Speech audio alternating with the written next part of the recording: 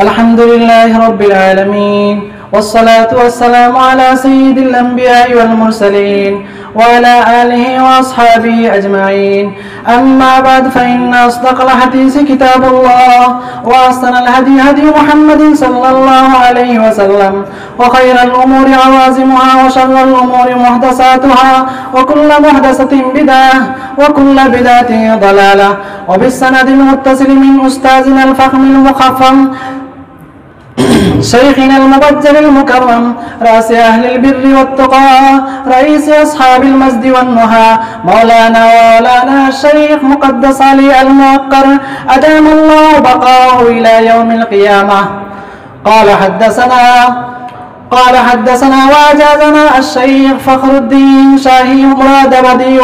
قال حدثنا وأجازنا شيخ الهند محمود حسن الدوبندي. قال حصلت لي الإجازة والقراءة عن قاسم العلوم والخيرات محمد قاسم النانوتوي. قال حدثنا وأجازنا الشيخ عبد الغني المجددي.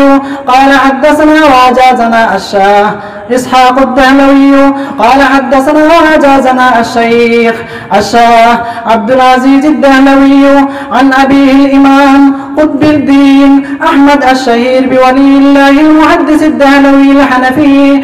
قال حدثنا وأجازنا أبو طاهر محمد بن إبراهيم الكردي المدني عن والده الشيخ إبراهيم بن الحسن الكردي المدني. قال حدثنا وأجازنا السيد أحمد بن محمد الكشاشي.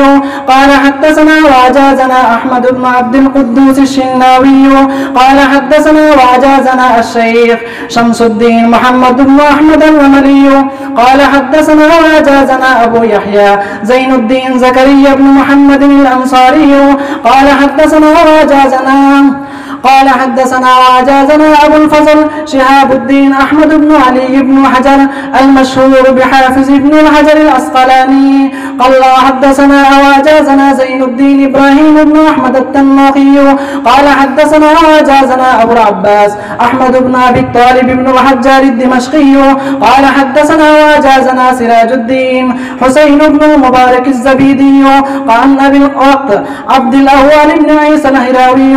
قال حدثنا وأجازنا أبو الحسن عبد الرحمن بن مظفر الداودي.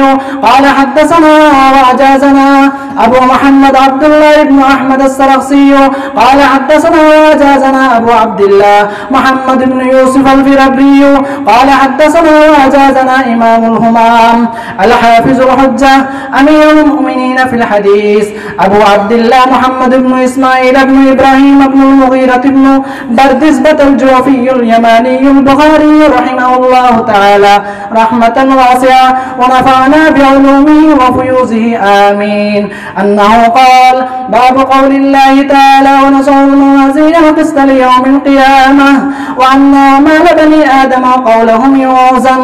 وقال مجاهد: القسطاس العدل بالرومية، ويقال القسط مصدر المقصد وهو العادل، وأما القاسط فهو الجائر. حدثني محمد بن أشكاب قال حدثنا محمد بن فزيل عن عمارة بن القعقاع عن أبي زرعة عن أبي هريرة رضي الله تعالى عنهم قال النبي صلى الله عليه وسلم: كلمتان حبيبتان إلى الرحمن خفيفتان على اللسان ثقيلتان في الميزان، سبحان الله وبحمده سبحان الله العظيم.